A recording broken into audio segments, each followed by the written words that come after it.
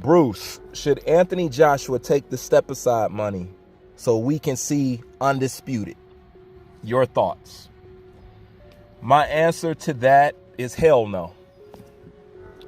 Not even a little bit. Now, don't get me wrong. I would like to see Usyk versus Tyson Fury. I would like to see all these guys mix it up.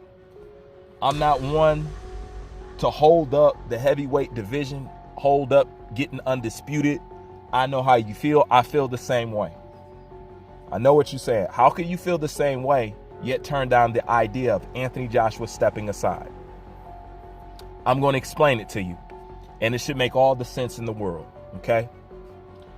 Number one, Anthony Joshua has never got his credit for what he has done inside the boxing ring and what he has done for boxing. I'm going to say that again. He has never got his credit for what he has done inside the boxing ring and what he has done for boxing. The reason why I am against that, because if it was not for Anthony Joshua, would anybody went around and collected the belt so you could be close to be seen undisputed? Exactly. Nobody. Meaning, if Anthony Joshua didn't go around collecting all those belts, nobody would have done it. That's a fact. Nobody would have done it. Okay? Everybody else had ample opportunity to do what AJ did. They didn't do it. AJ did it. So the only reason you got even close to seeing the undisputed is because of that man.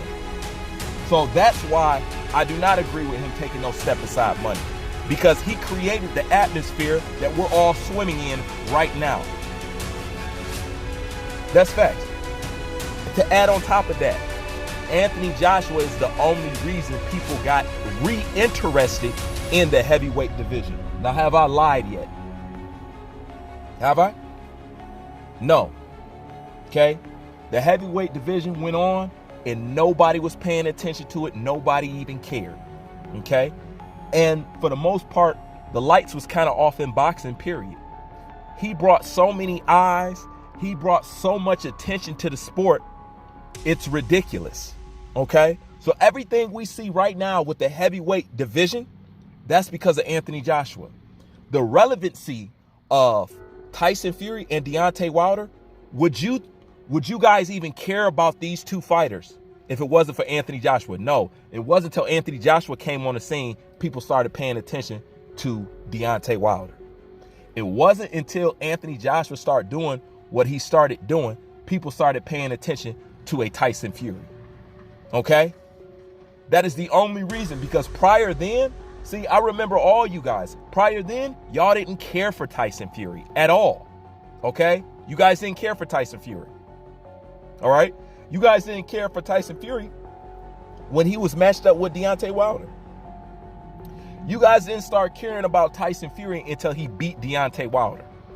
That's when y'all so-called became these hardcore fans that I know didn't exist prior. Because I know. Because as far as the UK fan base and all, I talk with y'all frequently. You know what I'm saying? I'm one of the only Americans that have such a strong rapport with people over there in the UK. So I know what the temperature was. You know? So no, I don't condone that, because he's the whole reason why you got this situation in the first place. He's the whole reason why you pay attention to the heavyweight division. Hell, he's probably the only reason why you started watching boxing again. Period. Because if you was like me, your ass moved to UFC because you was pissed. Okay? I didn't come back to boxing, really, until Anthony Joshua came on the scene. Straight up. I really didn't come back to boxing until then, because I wasn't really interested. UFC was sufficing. You know what I'm saying? It was good enough for me at that time. You know? But the man has never got his credit for what he has done inside the ring and outside the ring. Okay? So therefore, when it comes to some step aside, no. Because it wouldn't be no talking, no step aside. It wouldn't be no talking, no undisputed. Those belts wouldn't be all collected. You know what I'm saying? Usyk wouldn't have all belts but one right now if it wasn't for Anthony Joshua. because nobody else did this shit. And this is the dangerous part about praising the shit out of Tyson Fury and talking down to Anthony Joshua. You want to know why? Because anybody who's talking about Anthony Joshua, saying he's this, he's that, he's no good, he's blase splee, the worse you try to make Anthony Joshua look, the worse the entire division looks. Do you want to know why? Because if Anthony Joshua is all that, then how did he manage to produce and do better than everybody in the heavyweight division if he's a so-called lost cause, if he's a so-called bum, if he's a so-called hype job? Hype jobs don't take on tough fights because the hype gets unveiled, it gets revealed, it gets exposed. So hype jobs don't do that at all, okay? This so-called person is no good, this bum or whatever, took on fighters that these so-called quality fighters avoided. Are we just gonna forget that now? How can you? Okay? Everybody had the chance to mix it up. Anybody who was anybody, Anthony Joshua tried to fight him. So how can you talk down on somebody who's progressed the most in the heavyweight division? Don't that make everybody up under him look even worse? It does. But when it comes to some step aside money, hell no. Because in all actuality, this is the house that AJ built. Nobody was, think about it. When Anthony Joshua was talking about Undisputed was on anybody's radar for accomplishments. Please not forget that.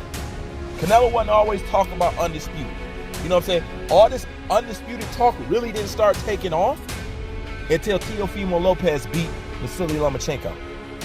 But at that time, Anthony Joshua has always been talked about unifying and becoming undisputed. It wasn't even talked about in boxing. Now all of a sudden people care about undisputed. Now you got Charlo, I want undisputed. Now you got Canelo, I want undisputed. Now you got this person over here, Errol Spence, I'm gonna go for undisputed. Where did all this undisputed shit come from?